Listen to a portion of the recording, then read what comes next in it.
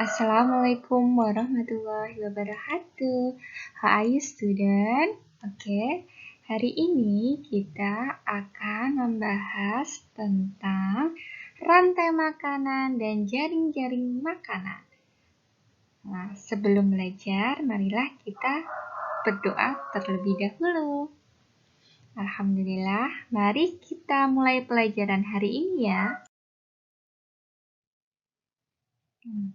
Hari ini kita belajar apa saja ya? Yang pertama yaitu tentang apa itu rantai makanan. Yang kedua yaitu mengetahui komponen rantai makanan. Dan ketiga dapat menjelaskan rantai makanan di suatu ekosistem. Nah, untuk jaring-jaring makanan, siswa dapat menjelaskan pengertian jaring-jaring makanan dalam suatu ekosistem dan dapat menjelaskan proses jaring-jaring makanan dalam suatu ekosistem ya.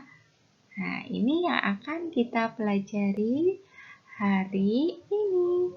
Kita mulai satu persatu. Di suatu ekosistem pasti ada hewan, ada tumbuhan. Mereka saling berinteraksi ya. Setiap makhluk hidup memerlukan makanan untuk memperoleh energi. Energi diperlukan makhluk hidup agar dapat melakukan aktivitas. Oleh karena itu, ada yang namanya adalah interaksi makan dan dimakan pada suatu ekosistem di sini. Nah, inilah yang dimaksud dengan rantai makanan, yaitu sebuah peristiwa makan dan dimakan antar makhluk hidup dengan urutan tertentu. Sebagai contohnya kita lihat di sini itu ada tanaman, kemudian dimakan belalang. Belalang dimakan oleh katak, katak dimakan oleh ular, ular dimakan oleh elang. Ketika elang mati, maka akan diuraikan oleh dekomposer atau pengurai. Ada fungi, ada bakteri.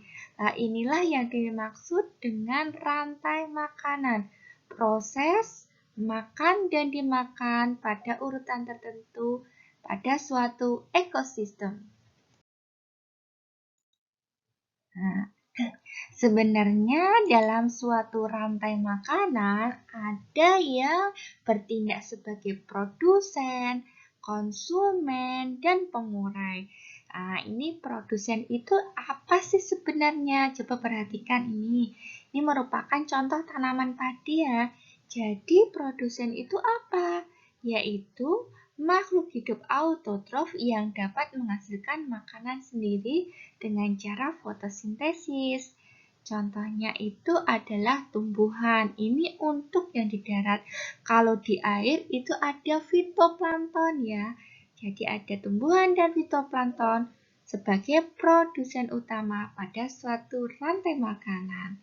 Yang kedua itu ada konsumen. Konsumen itu ya enak saja ya ini. Makhluk hidup yang memakan makhluk hidup lain.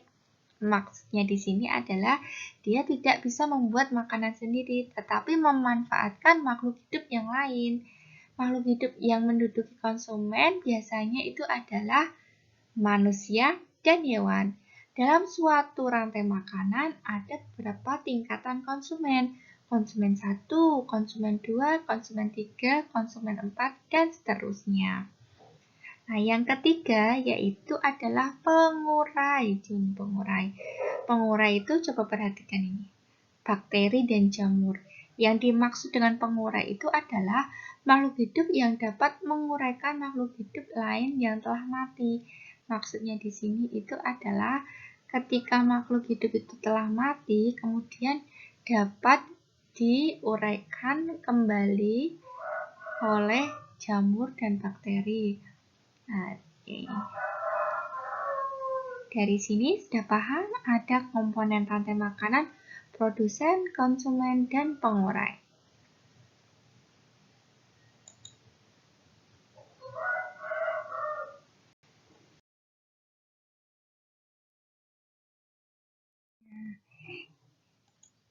Pada tingkatan konsumen pada rantai makanan dibedakan menjadi ada beberapa ya. Sebagai contoh tingkatan pertama yaitu konsumen 1. Coba perhatikan di sini. Tikus sebagai konsumen 1. Yang dimaksud di sini adalah makhluk hidup yang memakan dari produsen. Yang di sini itu adalah tumbuhan hijau. Nah, ini bagian tumbuhan yang dimakan dapat berupa daun, buah, batang, maupun akar. Makhluk hidup yang berperan sebagai konsumen 1 ini merupakan pemakan herbivora atau pemakan tumbuhan dan pemakan segala atau yang disebut omnivora. Yang kedua yaitu konsumen tingkat 2, yaitu konsumen yang memakan konsumen 1. Ini makhluk hidup ini adalah pemakan, biasanya adalah pemakan daging atau karnivora dan pemakan segala atau omnivora. Nah, yang tingkatan ini selanjutnya yaitu konsumen tingkat 3, merupakan konsumen yang memakan konsumen kedua. Sebagai contohnya itu adalah elang.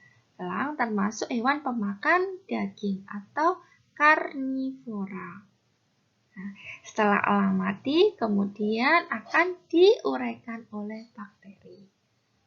Nah, berikut ya tingkatan dari konsumen. Ada konsumen 1, konsumen 2, konsumen 3. Nanti dapat juga ada konsumen 4.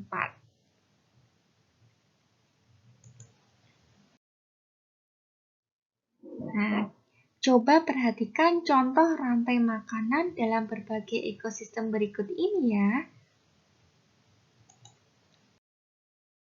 Yang pertama yaitu rantai makanan pada ekosistem sawah. Padi dimakan oleh burung pipit, kemudian dimakan oleh ular, ular dimakan oleh elang, elang mati kemudian akan diuraikan oleh bakteri dan jamur. Nah, ini ada di ekosistem sawah.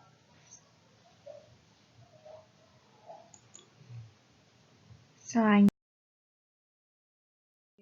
kita lihat contoh rantai makanan pada ekosistem hutan. Ada rumput, sebagai produsen dimakan oleh rusa, rusa dimakan oleh harimau, harimau mati akan diuraikan oleh bakteri dan jamur.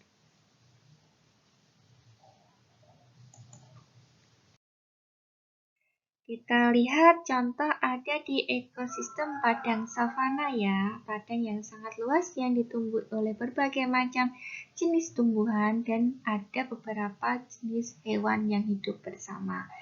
Sebagai contohnya adalah rumput, rumput dimakan oleh zebra, zebra dimakan oleh hewan yang lebih besar lagi yaitu singa, singa mati akan diuraikan oleh pengurai. Nah, ini coba perhatikan untuk rantai makanan pada ekosistem savana. Selanjutnya kalau di danau bagaimana? Nah, ini kalau di danau kan ada perairan. Perairan tidak ada tumbuhan seperti di darat ya. Adanya itu ada makhluk-makhluk kecil yang menggantikannya, yaitu adalah fitoplankton. Nah, ini sebagai produsennya, kemudian dimakan ikan, ikan dimakan bangau, bangau mati akan terurai oleh namanya bakteri dan jamur. Kita lihat ekosistem laut. Sama ya, ini di perairan berarti ada fitoplankton dimakan oleh udang, udang dimakan oleh ikan, ikan dimakan oleh singa laut bisa saja dimakan oleh ikan hiu yang lebih besar lagi, dan ikan hiu mati akan terurai oleh bakteri.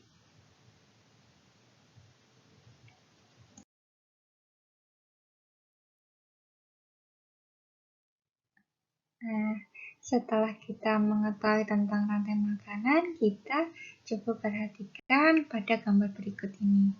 Dalam suatu ekosistem, tumbuhan tidak hanya dimakan oleh kambing saja ya, bisa juga dimakan oleh kelinci ataupun tikus.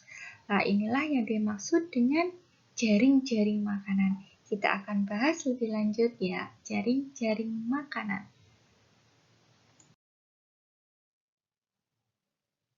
Nah, sebenarnya apa yang dimaksud dengan jaring-jaring makanan? Jaring-jaring makanan merupakan gabungan dari rantai makanan yang saling berhubungan dalam suatu ekosistem. Nah, ini tumbuhan, kemudian dimakan kelinci, siput, ataupun ulat. Kemudian ada beberapa di sini rantai makanannya. Nah, rantai makanan ini hewan terakhir misalnya akan dimakan oleh elang. Jadi dalam suatu ekosistem itu ada beberapa rantai makanan yang saling berhubungan. Inilah yang dimaksud dengan jaring-jaring makanan.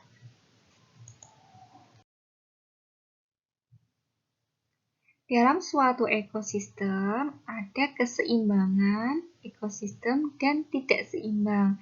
Sebagai contohnya, apa yang terjadi jika populasi siput bertambah banyak di sini? Apabila siput bertambah banyak atau meningkat, otomatis tanaman akan menurun. Hal ini karena banyaknya populasi pada siput ini akan memakan tanaman. Tanamannya semakin akan menurun. Jadi tidak seimbang ya, siput banyak, tanamannya akan menurun sedikit.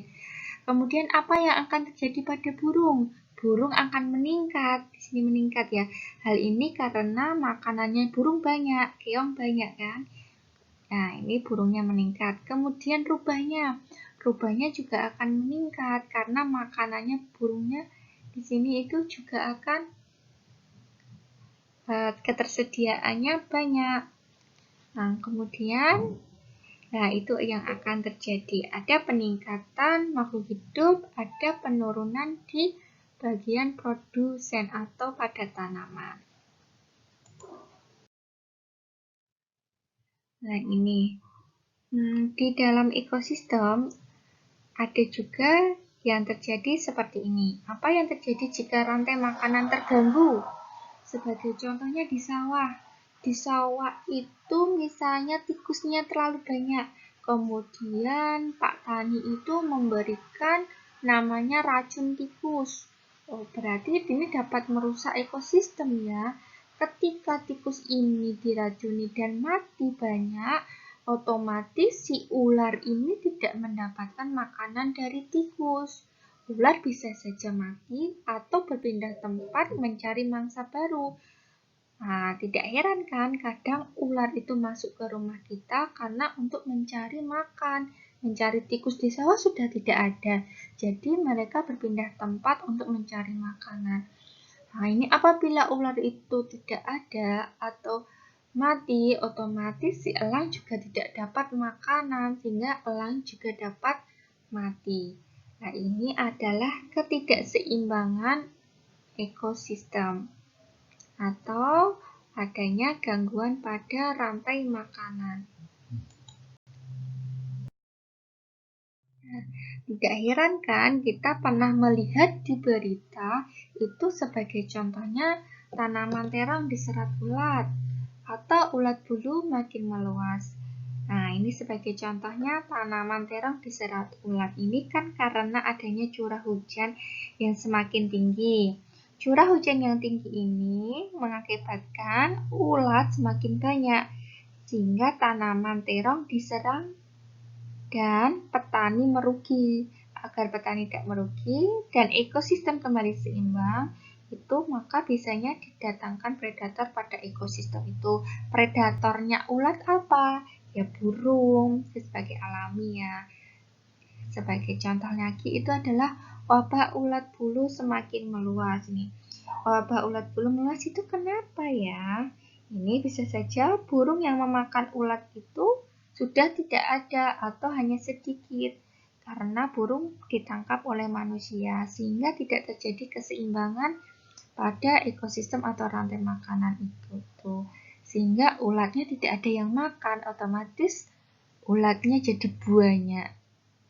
Kemudian ada juga contoh berita ular piton masuk ke rumah warga. Nah, ini kenapa ya?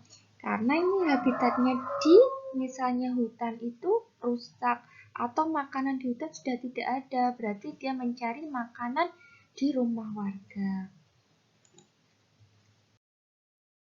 Nah, maka kita sebagai manusia haruslah bijaksana ya.